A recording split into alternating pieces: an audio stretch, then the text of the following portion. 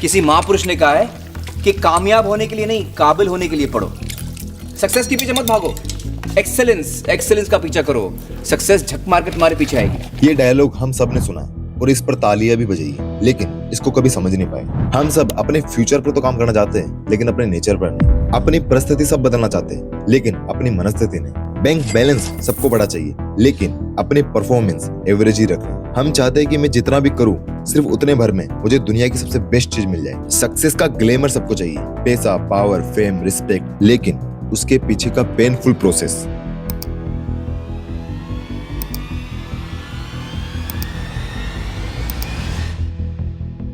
ये किसी को नहीं चाहिए। आपने कभी लॉटरी की टिकट खरीदी है जिसमें हम करोड़ों रुपए जीत सकते हैं, लेकिन जीतने के चांस पता है कितने? सिर्फ 0.000000001%। मतलब अगर कोई 10 जन्म तक एक लॉटरी की टिकट खरीदे, तब भी उसके सिर्फ 1% चांस होंगे जीतने के। लेकिन फिर भी इंडिया के करोड़ों लोग ये लॉटरी की टिकट खरीदते हैं, सिर्फ इसलिए क्योंकि उन्हें लगता है अपना टाइम आएगा। इस माइंडसेट पैटर्न को बोलते हैं लॉटरी मेंटेलिटी। ज्यादातर लोग लाइफ को भी एक लॉटरी टिकट की तरह ट्रीट करते हैं कि बस कुछ ऐसा हो जाए, कोई शॉर्टकट मिल जाए, कोई वीडियो वायरल हो जाए, कोई जॉब मिल जाए और फिर लाइफ सेट। ये बोलना अंधेरे में तीर चलाने जैसा है। कॉमन सेंस की बात है यार। अगर मैं तुम्हें अभी मार्केट भेज दूं और तुम्हारे पास 1 रुपया भी ना हो, तो तुम मार्केट से क्या खरीद के ला पाओगे? कुछ नहीं। तुम बस चीजों को देख सकते हो और दूसरों को खरीदते हुए देख सकते हो, लेकिन ऑन कुछ नहीं कर सकते। क्यों? क्योंकि तुम्हारे पास देने के लिए कोई करेंसी ही नहीं है। तो ये बेवकूफी भरी उम्मीद लाइफ से क्यों लगा रखी? नेचर, यूनिवर्स, गॉड, तुम जो भी मानते हो, वो कोई चैरिटी नहीं चला रहा, ये एक मार्केट है। अगर तुम्हें वो 1% वाली लाइफ चाहिए, तो तुम्हें वो करेंसी इस नेचर को देनी ही पड़ेगी उस लाइफ को खरीदने के लिए। इसका कोई शॉर्टकट नहीं है।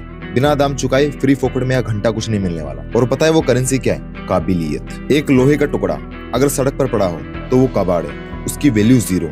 लेकिन जब उसी लोहे को 1500 डिग्री आग में तपाया जाता है, हथौड़ों से पीटा जाता है और घंटों तक रगड़ कर धार दी जाती है, तो वो एक मास्टरपीस बन जाता है। अब लोहा वही है, मटेरियल वही है, लेकिन सड़क पर पड़े उस टुकड़े में और शोरूम में रखी उस तलवार में जमीन आसमान का फर्क है। फर्क मटेरियल का नहीं है, उसके कैपेबल होने का है।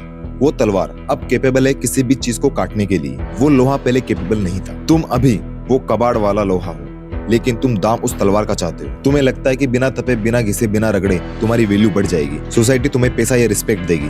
बकवास।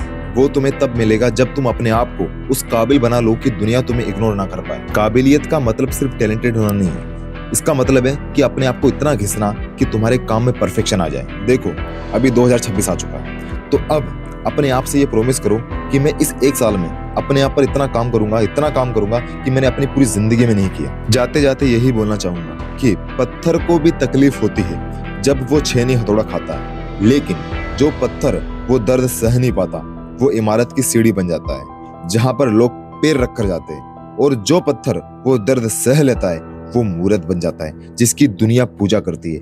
फैसला तुम्हारा है, तुम्हें पांव की सीढ़ी बनानी है या सर का ताज।